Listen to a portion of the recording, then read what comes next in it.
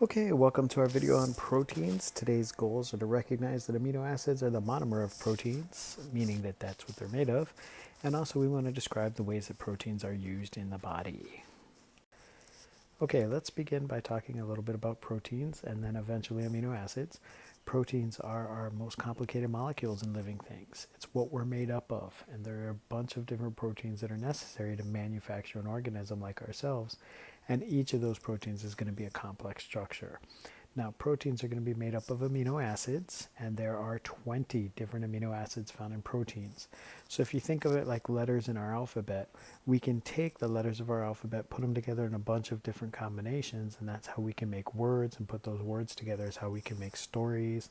So you can see that there's an awful lot of proteins that we can make out of these 20 different amino acids. Now, a protein is going to be a polymer, which means it's going to be a series of repeating units. Those repeating units are the monomers, and those are going to be our amino acids. So if we look at an amino acid, we can kind of see what it's all about. We have a central carbon. It's an organic molecule, so it has to have the carbon in it. It has this amino group here on one end, okay, and that's a nitrogen and two hydrogens. And then on the other end, we have this carboxyl group, which is a double bonded oxygen and our OH radical down here. Then this part here, this R group, this is what separates the amino acids. So this here is what determines which amino acid it is. Okay, so that's our amino acids, and when we string them all together, we make our proteins.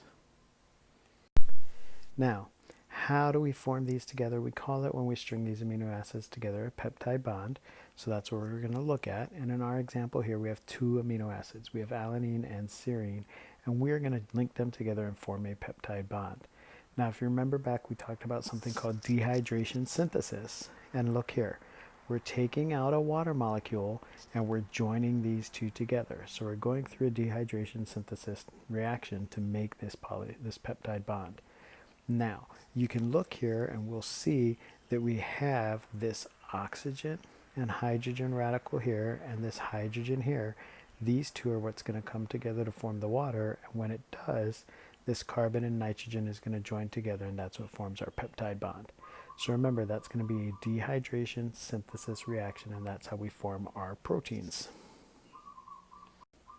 Okay, so what's the importance of proteins? Well, simply it's this here. We're basically made up of them. That's what we are. We're just, like I said, a bunch of proteins that are all stuck together. Now, we cannot make some of the amino acids, so they have to be ingested. We have to eat them, and those are the essential amino acids that we talk about. And what will happen is those amino acids come in and they get strung together like this.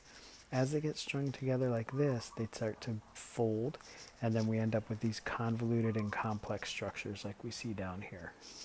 Okay, so those are the proteins. Good luck in the lessons, and as always, we'll see you in the next video.